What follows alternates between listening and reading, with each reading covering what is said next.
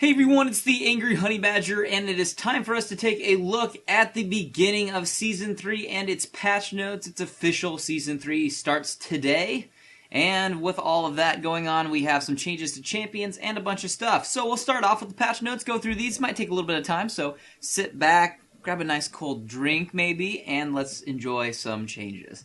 Shall we? So, starting off with ranked play. It now starts, and the whole Elo system is kind of gone. Now we have tiers. We'll go over this later. League covered this really well in their patch notes video, so if you want to check that out, do that. And they explain the whole ranking system. It's new.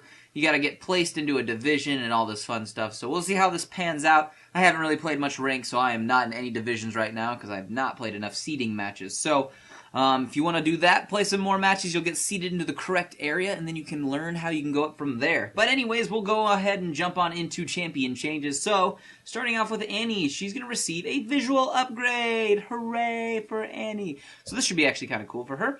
Next, we have some stuff on Blitzcrank. We have base mana being reduced by 60, and Rocket Grab, the mana cost increased by 10. Not enormous changes, but since mana does play such a huge role on Blitzcrank, this is going to just kind of negate him a tiny bit early. He is very strong early game, and this should help balance that just a tiny bit early. And other than that, shouldn't really affect him too much. Next, we have Cho'Gath. His Feral Scream, the silence duration, is going to be reduced on this. It's a good ability right now. I can see why they're going to be nerfing that just a tiny bit. That silence lasting 3 seconds at level 5 is kind of long, so that's just something they're going to just kind of patch up a little bit and fix. Shouldn't obviously affect him either too much. Next we have Diana. The Pale Cascade adjusted orbs to better account for enemy model sizes, so just kind of a tweak there, not going to really change much. Next, taking a look at Elise. The Neurotoxin mana cost is going to be increased to go up. It was 60 before. It's a very, very strong ability, and they're realizing this, so it's at least going to cost the mana that it should now. So this is going to help fix that on Elise. She is a really strong champion currently, especially in top lane right now. And then her Cocoon, the mana cost is going to be reduced on that just a little bit. So, shouldn't change that ability too much, just cost a little bit less for you. Next, we are having some changes to Ezreal right now. His base movement speed's going to go down by 5, but that's really not too much. His movement speed's pretty high for an AD carry right now, actually, so it's going to get adjusted down to where it probably should be. Rising Spell Force duration has been reduced by 1 second, and then True Shot Barrage, the damage fall off per target hit increase is increased by 10% from 8%. So, not enormous changes to Ezreal, just trying to make him more fair when it comes to carries and put him in a correct placement. Next comes Heimerdinger. His H28G evolution turrets now displays timer of when Heimerdinger gets his next ammo charge. So that'll be nice to have because before it really didn't have that built into it too well. Turrets now attempt to prioritize enemies, which is going to be nice. Basically hit by his basic attacks and his CH1 concussion grenade. So his turrets basically are going to get smarter. So that'll be helpful for him. Should make him a little bit better. And then his upgrade, the cast time has been removed. So a little bit of a change there on Heimerdinger. Should actually help him out quite nicely without changing his numbers. Next, they're taking a look at Katarina. Her Bouncing Blade's initial damage is going to be reduced a little bit because it's still pretty strong. Shumpo, the damage is being reduced, or reduced duration, reduced to 1.5 from 3. And then the Death Lotus total ability power ratio is going to be increased on that quite a bit. What they're trying to do with this is reduce some of her flat rate damage, which hurts, and make you build more AP. Lately, a trend I've been seeing with her is you build the tankier AP items because she still will do plenty of damage, and with some of those base ratios up there, or just some little tweaks, you can build her tanky. So hopefully what they're trying to get people to do is build her explosive damage, so she'll still really hurt, but it's at a higher cost. So if she jumps in at the wrong time and gets murdered, that's her own fault. She can't live through it. So not going to really affect her probably too much. It'll tweak it. We'll see how this plays out. But right now, I don't think this is a massive, enormous change. Her Death Lotus, that's a little scary that the ratio went up like that. But we will see if that affects it overall. But for the most part, it's going to make you want to jump into some stuff you could usually murder everyone in. And like I said, Katarina is only overpowered if you don't focus her correctly. So make sure you deal with that correctly. Next, we're taking a look at Kennen. Slicing Maelstrom, we have no longer have an energy cost on that. Next, it's Lulu with Pix. The damage is adjusted to 9 to 105 from 15 to 87. Some stuff changing on Master Yi this time. We have Meditate. The total heal amount is actually going to be increased as a base stat, but the total ability power ratio is going to be decreased by half. It was 4 to 1, now it's only going to be 2 to 1. It was really strong. They go over this in the notes, and I agree. It made him basically ridiculously impossible to kill, and AP is really awkward to counter. It doesn't always work perfectly if you play him that way, but it's just an awkward combo to play with and counter, so hopefully this will make it a little less ridiculous to counter.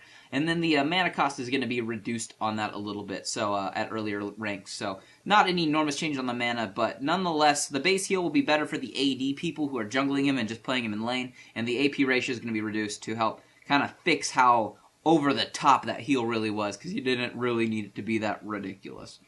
Next, we have Misfortune for bullet time. Bonus attack damage ratio is going to be reduced by a little bit, and the targeting cone is now attached to her. This makes sense for the most part. Misfortune's a pretty strong carry right now, especially early game. She's very good, so her bullet time's kind of awesome early on. So just a little bit of a tweak here to help kind of balance her out. Next, we have Gnosis. We have Siphoning Strike. The permanent damage bonus is now doubled when killing, or it's doubled to 6 from 3, when now killing large minions, large monsters, or enemy champions. So now you really want a last hit with your Siphoning Strike to get that extra damage even better, faster, higher up onto that ability by killing the large minions and just when you last hit champions. So kind of a nice change there. It just makes you play him smarter, really. Not going to affect him overall outrageously, but just makes you play him smarter. So you'll see skills from people who are better with him be better with him. So that's always nice when they do changes like this in the game.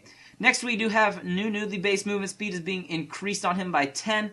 Blood Boil, the duration is being reduced on that by 3 seconds. The attack speed is also going to be reduced on Blood Boil by quite a bit, and then the movement speed is going to be reduced on that as well. So Blood Boil is really, really strong for carries. It's still going to be good on carries, but before, early on, if you're maxing out your Blood Boil, ooh, you get into fights bottom. There's not much you can do about it when their carry has Blood Boil and you do not. They're just going to outbeat you. If they're chasing you, they're going to have the speed and they're going to have the attack damage. So this is going to help bring it down a little bit to hopefully help out with that.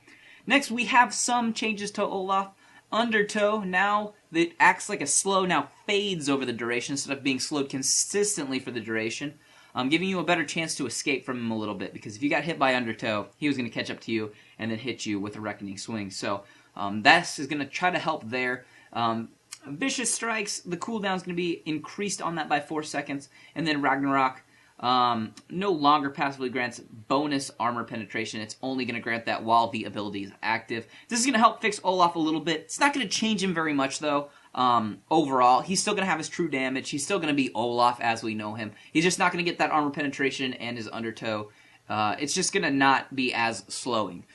He's a very, very strong champion right now, as they talked about in the patch, and I've seen him be this strong for quite a while, especially with the beginning of Season 3 happening. So it's just something that they had to do to make him a more fair champion, and it shouldn't really change his build too much. Somebody already asked me if that's going to murder his build. No, not at all. It just changes the champion, not an enormous thing that's going to change every aspect about him. If I need to really change something for him too much, it's because they would have reworked him completely. This is not a rework, so just a little tweak to Olaf. Should still be plenty strong, though. Next, we do have Shaco, his Deceive. The range is being reduced on that by 100, which is going to be closer representing of Flash now, I believe. And then the 2 Shiv Poison, the slow is going to be reduced on earlier ranks, because early on it was kind of ridiculous to get away from, especially early ganks from Shaco, since that's what he usually is typically known for. So shouldn't really murder Shaco's gameplay too much. It's not damage numbers, at least. He does kind of fall off late game in my opinion, but his early game is his strong point. Next we do have Shen, his Kai Strike. Cooldown is going to be reduced per attack to 1 second from 1.5. Kai Strike, it's getting cooldown, fun stuff. Whatever. Not going to change him too much. Anyways, next we do have Scion. Enrage. Permanent health max bonus is now doubled upon killing a champion, large minion, or large monster. So a very similar change to the Gnosis change. And it's going to make him obviously prioritize that a little bit more to pick up some extra health while doing that. Next, we do have Tristana, Rapid Fire, mana cost being reduced by 30 mana. And then Explosive Shot, the damage is being increased on that. So a little bit of a change to her. Should help her out a little bit, although she is quite strong currently, well, when played correctly. Next, we do have Tryndamere's base attack speed is being increased. And his Fury Decay now begins after 8 seconds while out of combat instead of 5. This is going to help him drastically in the jungle.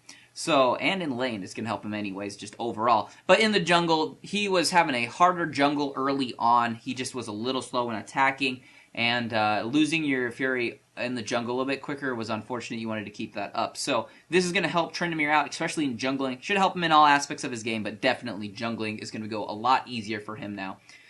Next, we do have the Viger. We have Baleful Strike. Permanent ability power gain is now doubled by 2 instead of 1 AP. It's got 2 AP now when killing a champion, large minion, or large monster. Once again, they're doing some of these changes. As you can see, there's kind of a theme going on with the large killing of monsters for the people who get added stats. Basically, if you focus correctly and you farm correctly, you're just going to get a better gain out of it. Next, we have Vi getting some updated recommended items. You can just go to my build to really see recommended items there. And then we have a bunch of bug fixes, which is kind of nice. She hasn't really seen any major buffs or nerfs since she came out, which is kind of cool. I think she's a good champion to play right now. She's not overpowered. She's not underpowered. She's just kind of legit if you can play her well. So check Vi out.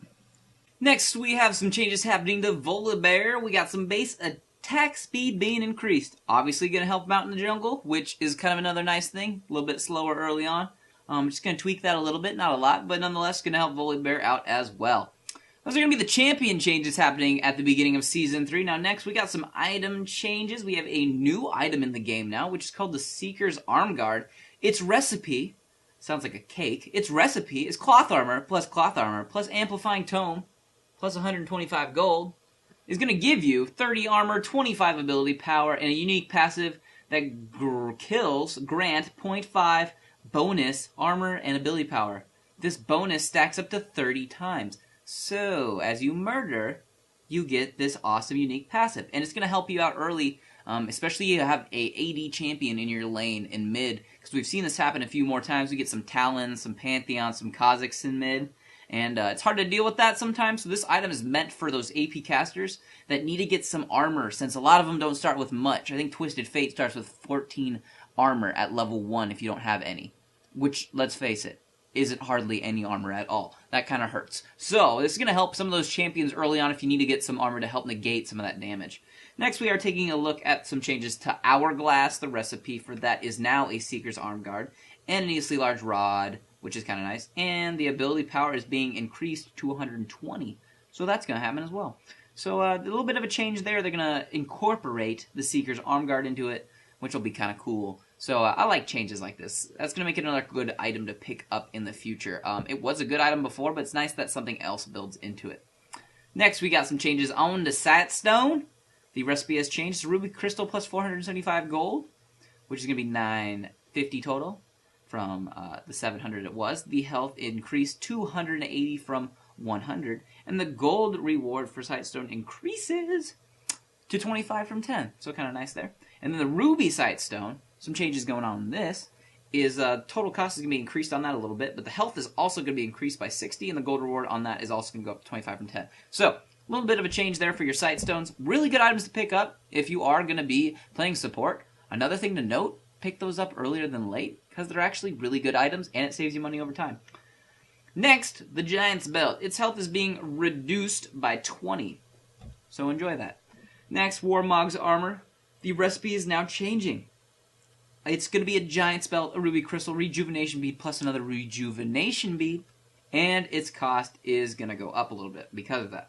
But a little bit of a change to better represent the health regen you get out of that item by throwing 2 Rejuvenation Beads in on that now. So a little bit of a change there. Next, we do have Sunfire Cape. The combined cost is going to be increased on that a little bit now. Next, we have the Finish Codex, which is going to be a Fairy Charm removed from the recipe. The total cost is now 820 from 1000 and no longer grants any mana regen. So, kind of sad there on the whole, that not having mana regen, but nonetheless, you know, it's cheaper, I suppose.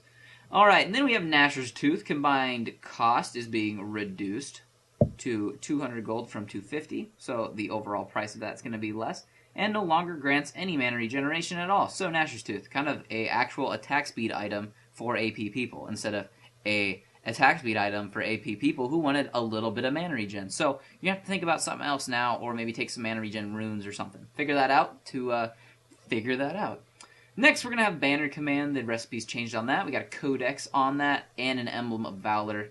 890 gold added to that, which is going to be 2360 for the item, which is going to be down a little bit, so it's going to cost a little less. Next, we do have Deathfire Grasp getting changed again. Recipe now is a Codex, needlessly large rod, plus 880 gold. It's going to cost a total of 3,300 gold, which it was 3,000, so it's going to be a bit more now. But the ability power ratio is being increased on it, so, or not ratio, but it's just being increased to 120 from 100, which is going to be nice. Melonomicon. Recipe's changed on that. That actually sounds fun to say it that last way. Try that, roll the tongue. It's going to be a Fairy Charm Fish Codex and Cage's Lucky Pick. Plus 435 gold. 2,200 to buy. Athene's Unholy Grail. Combined cost being reduced by a little bit. So its total cost is going down. Which is good because. Mostly because this item got nerfed. It used to have a lot more AP on it. And it's kind of sad that it went away. So, yes, I'm glad this is getting cheaper because it's still a good item, but the cost was starting to make it a little bit, not sure if I want this now. Now we have the Bloodthirster. Combined cost is being increased, which makes sense, to be honest, because it was cheap. The Black Cleaver is seeing a change. The health is now only going to be 200 instead of 300. Max stacks are going to be increased to 5 from 4. Armor reduced per stack, reduced by 1%, and they fixed a bug where spells were applying more reduction than intended. Trinity Force combined cost is going down. Spirit Stone combined cost is going down. Spirit of the Spectral Wraith. I love how I can't talk when I get further on into these videos, but nobody really cares because at this point most of you probably turned off. We do have the combined cost of that being reduced as well. Frozen Heart combined cost is being reduced, and a Doran Shield. Health regen per 5 seconds is being increased to 8 from 5. So a little bit more health regen on the shield, which is going to be nice. For the most part, those are the big changes. Obviously, there's the general stuff. Some hints and some general nonsense that I don't really think is crazy affecting the games, and co-op versus AI, which I never go over. So for the most part, guys, we made it through the patch notes. Yay for us. Let me know what you guys think of some of these changes in the comments below. I don't think any of these are going to be enormous. I actually do agree with almost all of them this go-around. I don't think any of them really outrageous. There's a few champions that I think should have been listed that got nerfs that didn't get listed. But nonetheless, I can always hope and pray for that to happen in the next patch notes. So, like I said, let me know what you guys think. Hit that like button. That'd be great. Hopefully Season 3 will treat you well. Hopefully I'll start playing ranked games soon. Maybe. I don't know. Really don't care about playing ranked, to be honest. But maybe I will just for kicks and giggles. And other than that, I guess I'll just see all of you guys in one of my next videos.